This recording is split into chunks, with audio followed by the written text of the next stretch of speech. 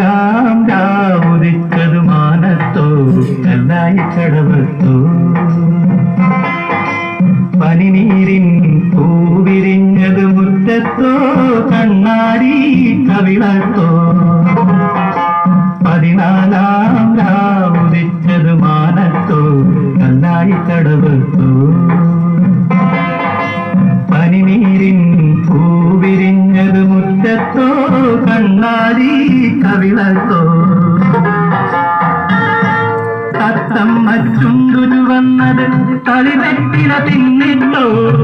തത്തമ്മ ചുണ്ടുരു വന്നത് കളിവെറ്റില തിന്നിട്ടോ